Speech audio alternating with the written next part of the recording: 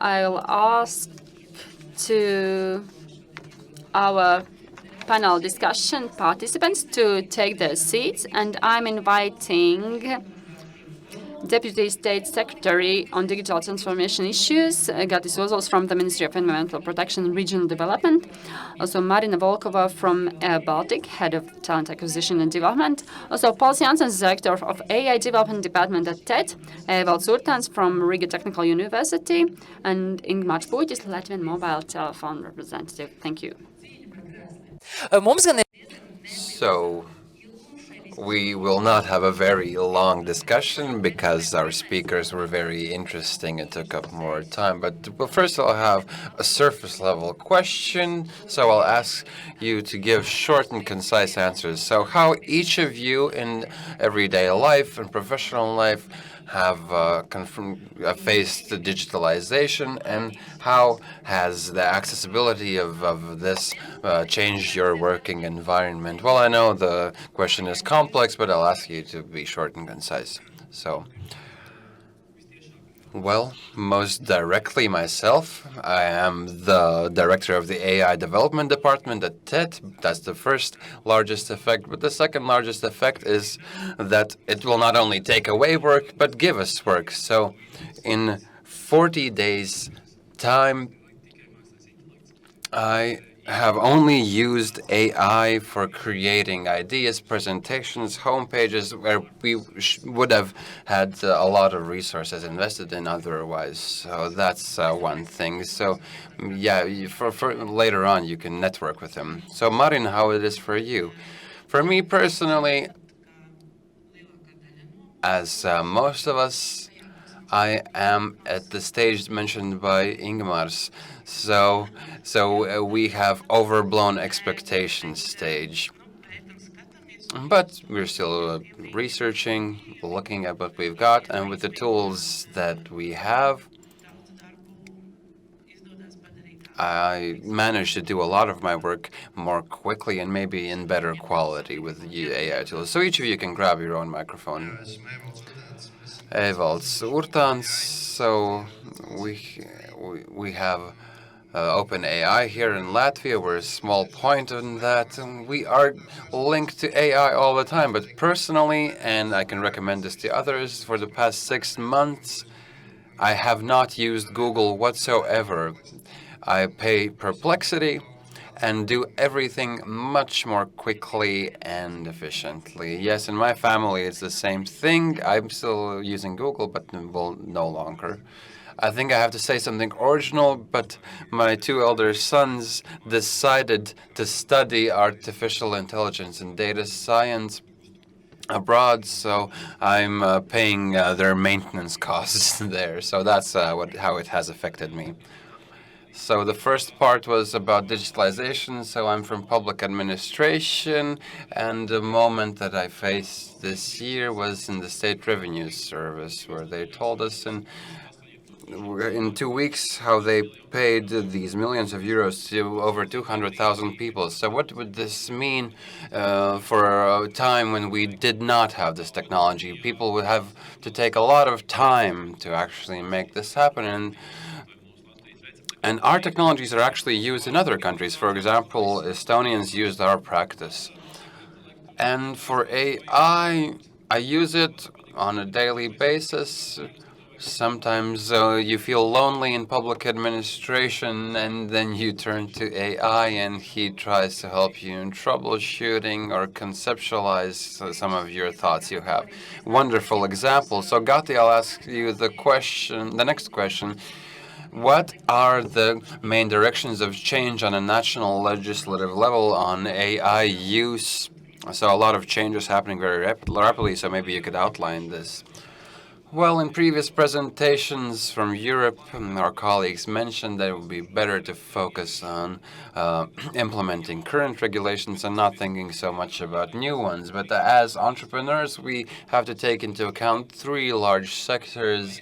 where we can expect changes in regulation. The first one is the mentioned security sector. There's a directive that will affect not only state administration, but companies and SMEs as well. So here you have to look at the changes that have to be implemented so all of us can have the same security level. And the good news is that currently there's already a support program for companies, and I think until May you can apply for that. So people who work in this significant sector, I think 2,000 companies, I think it's worth the while to take a look at this. Secondly, we have data, anything linked to data, so we have the good news here.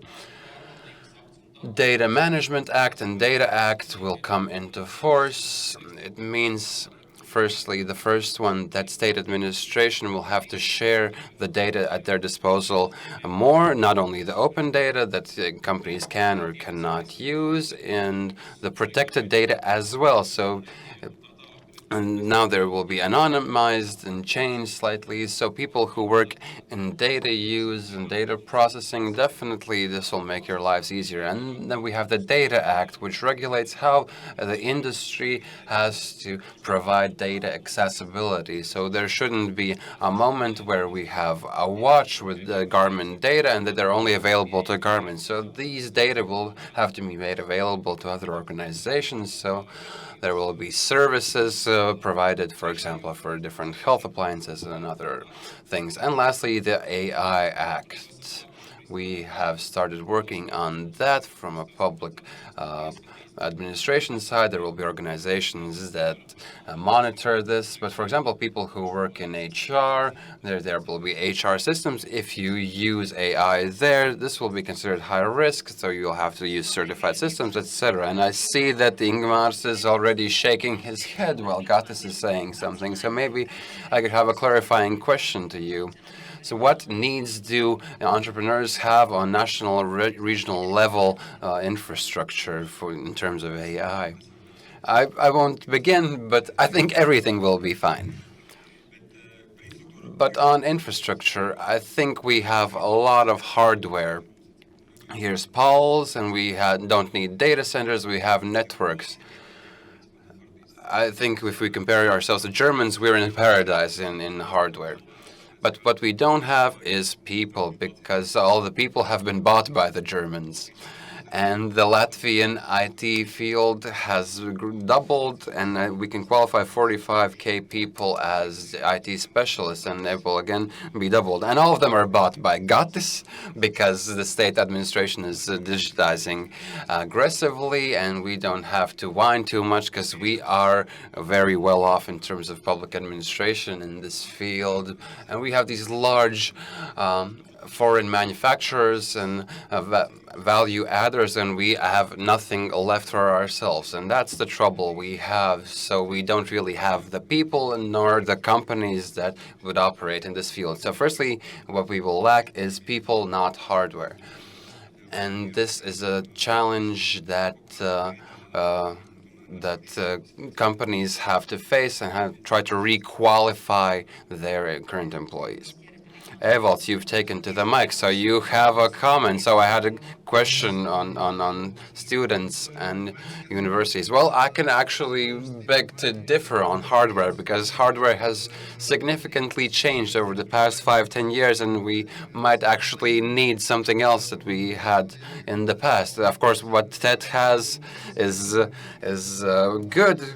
But of course, I can ask you what kind of GPU servers you have and what's their capacity. But AI might need other hardware than what Telecom is offering. And that's a problem. And I'm happy that the Riga Technical University has a supercomputer. But again, it has aged slightly.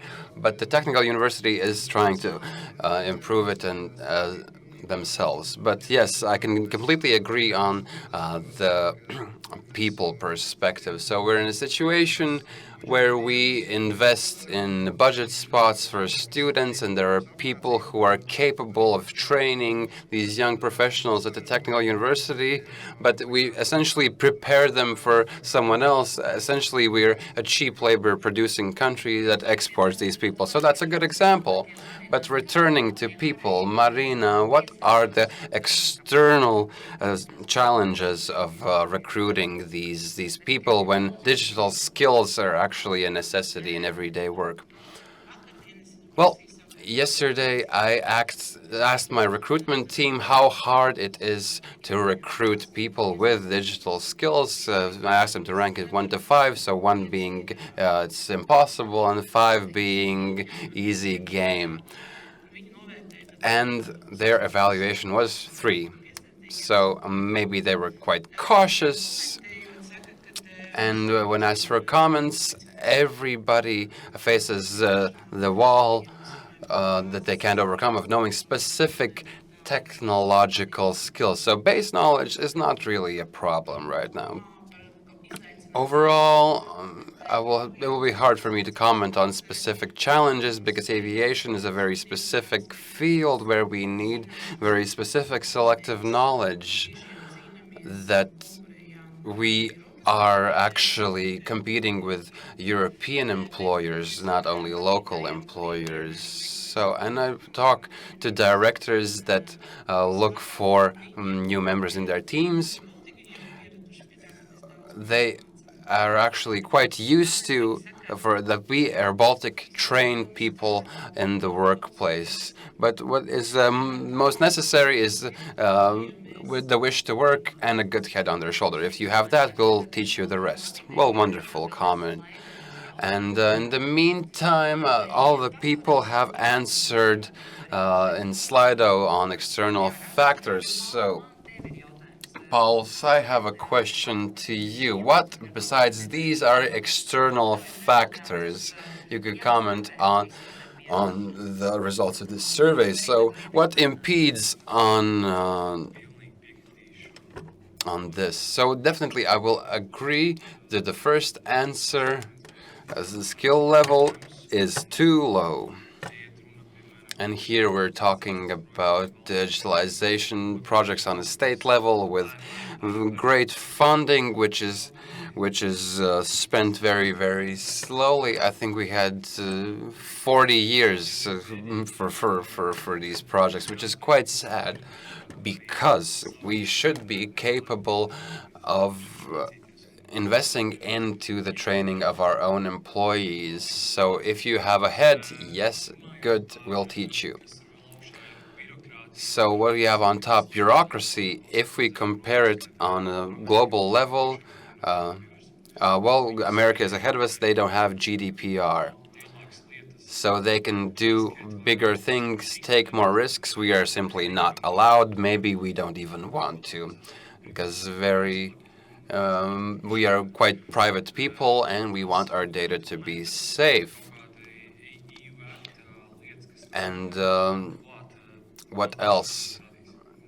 Any EU legislation can actually cause some limitations on investments.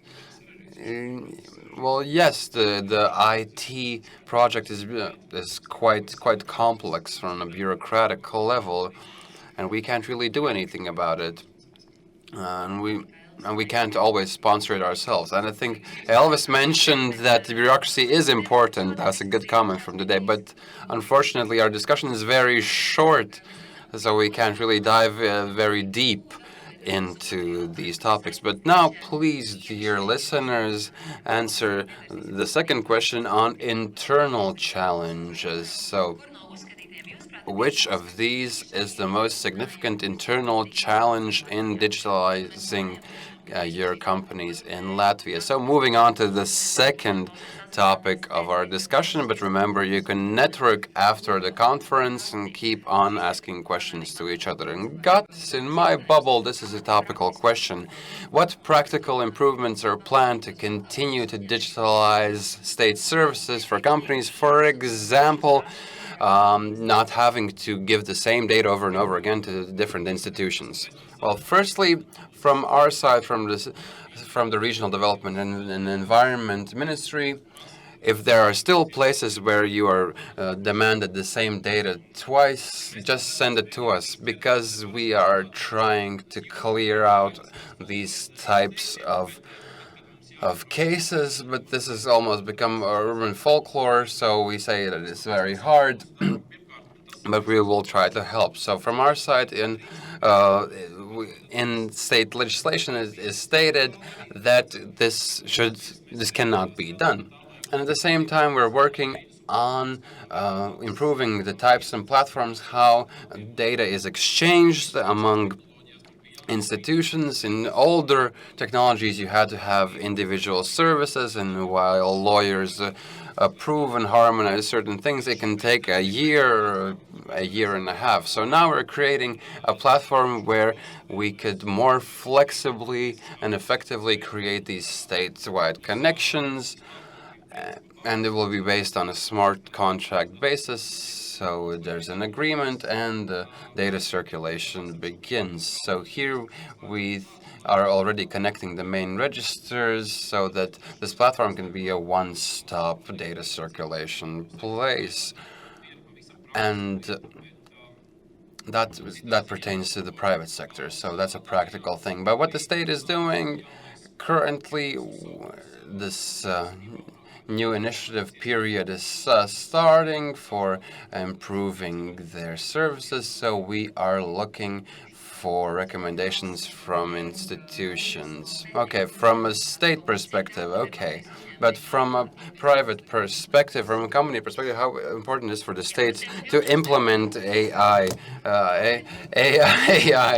solutions?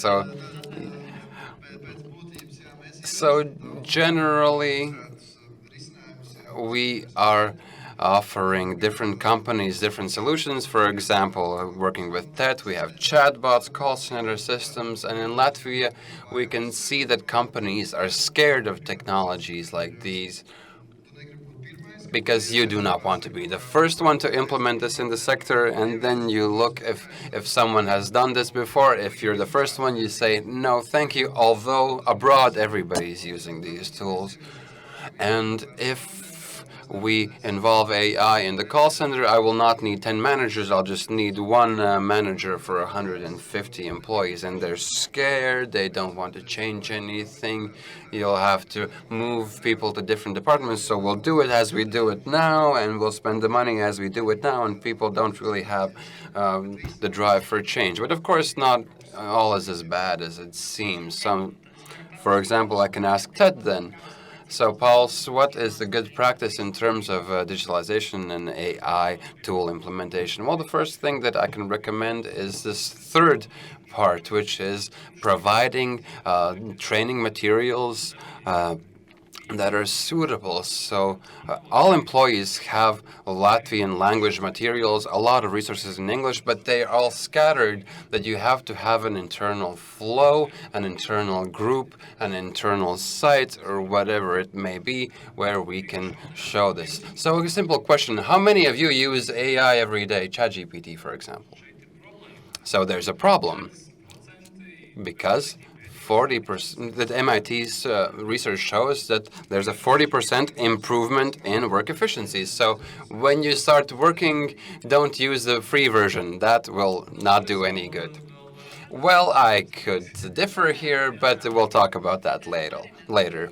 And Marina, so a question on people and how artificial intelligence affects the relationship between employers and employees, and what is your practice in training employees? Well, oh, it is on? Okay. I just wanted to add that I still can use the 3.5 version of ChatGPT, but I have to be really precise with them. So our practice, yes, I have to say that we have moved on better with process automation. We're just kind of dabbling in AI, each of us in our department. We are automating to these low-code and no-code technologies. Some processes, for example, as selection. Candidates now have the possibility to choose a time for the interview that's suitable for them without our specialists becoming involved. So this type of digitalization has happened in some processes. As for artificial intelligence, we in recruitment, we are aware of the risks on data security, and not only us, the candidates are also starting to use these tools. So we are, of course, now thinking about internal and external regulations. We have to understand the standards.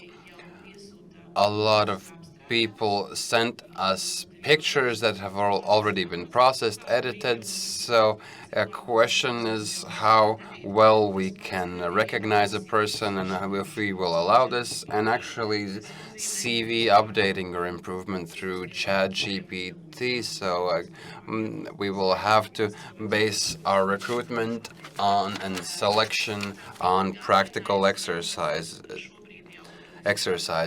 And another thing that we see an effect from is that employees use AI tools, and we can see that they are in use, and these texts are not as human and personal anymore. For example, condolence letters of an employee passing, and if you can see that unfortunately there is no human text, well, yes, definitely that's something to think about. That's something that we have to regulate internally. When and what can you do with these tools? But that still lies ahead of us.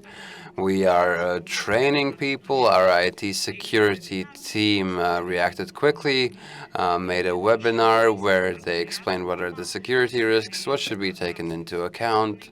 We have our personal technologies that we trust more, which are more recommended to employees.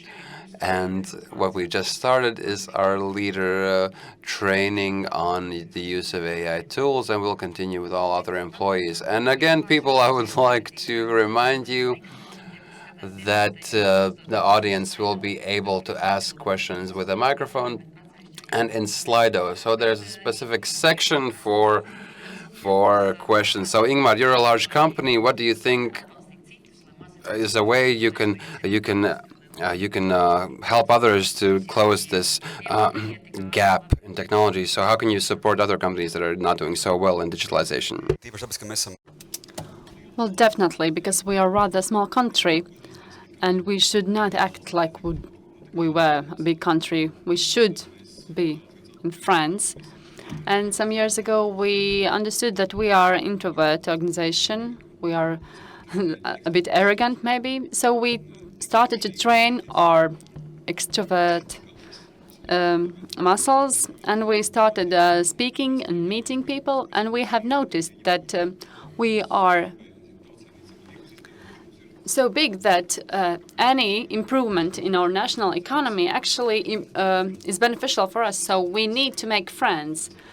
And it is classical that we say that we should be in friends with the startups. But actually, we should be also in friends with our ministries. Our ministries are rather small. We have rather expensive controlling authorities, but the ministries are tiny, and there are little people, and they have less power, and they need help. And maybe there are some topics that are not commercial yet, but for example, together with the TED and also other companies, we are now helping Riga Technical University to acquire chip electronic laboratory, which is an investment of 40 million euros. It is not an adventure. It doesn't happen on its own. There is no such center in the state that would think of it and organize it. And we have to talk about it together.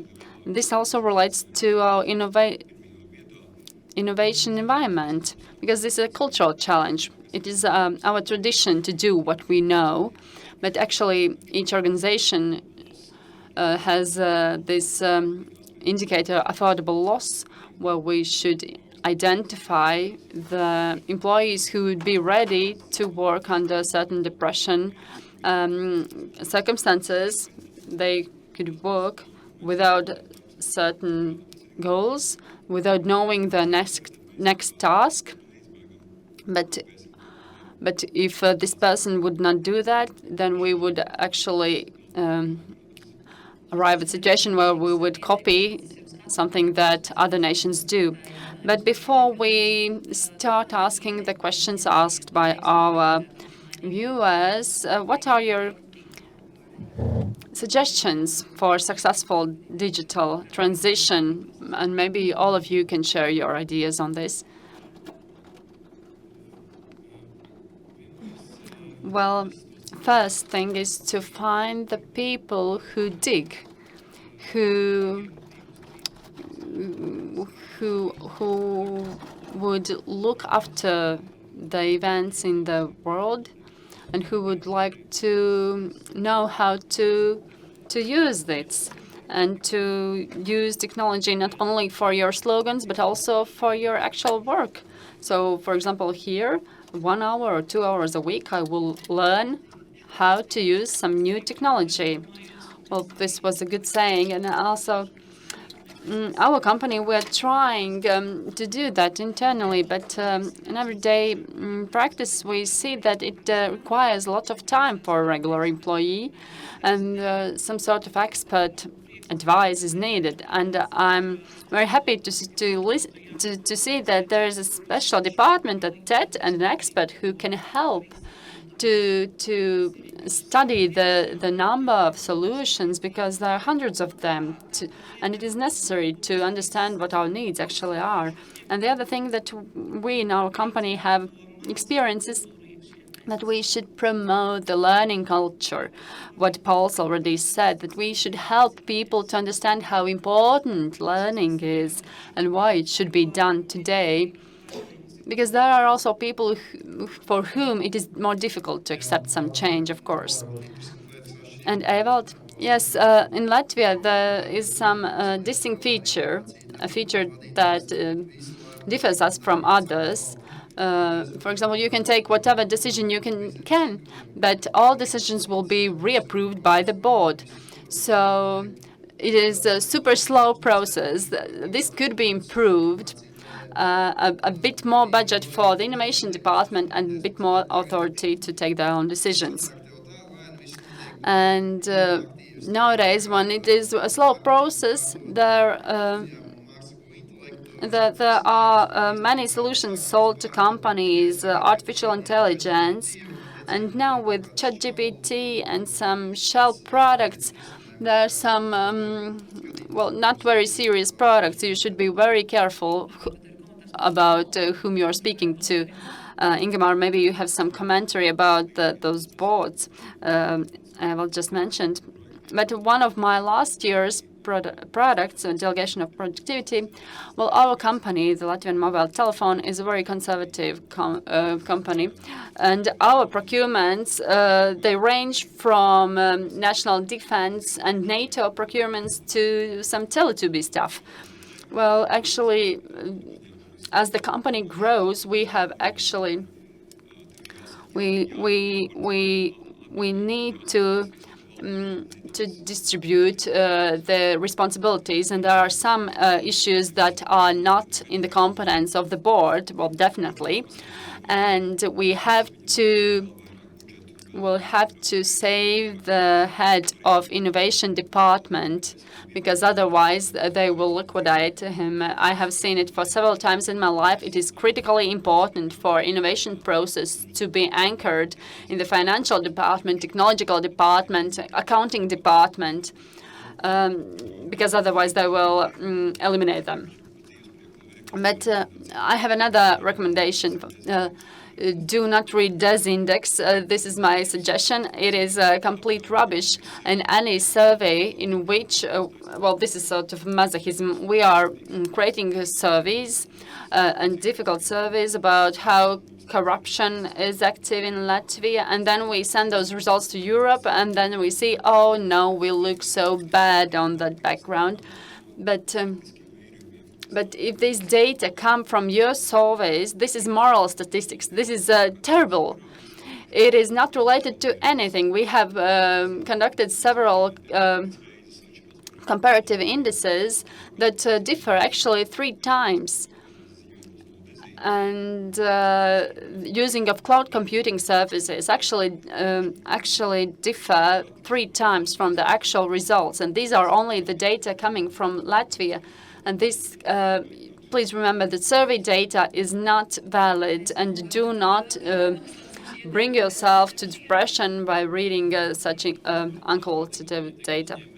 But what I can suggest to you is to use all the possibilities offered by the national government and national authorities, both for employee training and digitalization programs that are available now through Altum and other platforms and programs.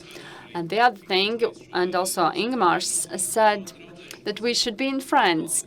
And training will not result in high quality results if we will not be in friends. You have to be willing to use the new skills. And if you have a shortage of skills, maybe you can consider creating some sort of business ecosystem. We see that it works in other countries, that this initiative to build knowledge groups, not communities of knowledge, help the entrepreneurs to be in friends and to use the opportunities provided by the country.